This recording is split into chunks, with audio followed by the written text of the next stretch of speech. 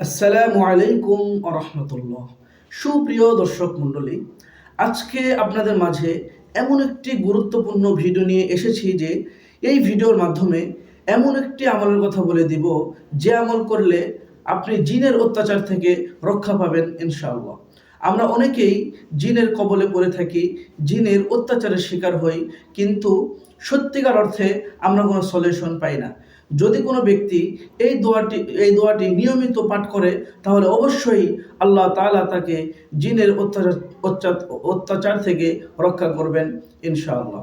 দোয়াটি পড়ার নিয়ম হলো, প্রতিদিন সকাল এবং সন্ধ্যা, অর্থাৎ ফজরের নামাজের পর এবং মাগরিবের নামাজের পর ৩ বার করে যে ব্যক্তি এই দোয়া পাঠ করবে, অবশ্যই সে জিনের অত্যাচার থেকে রক্ষা পাবে।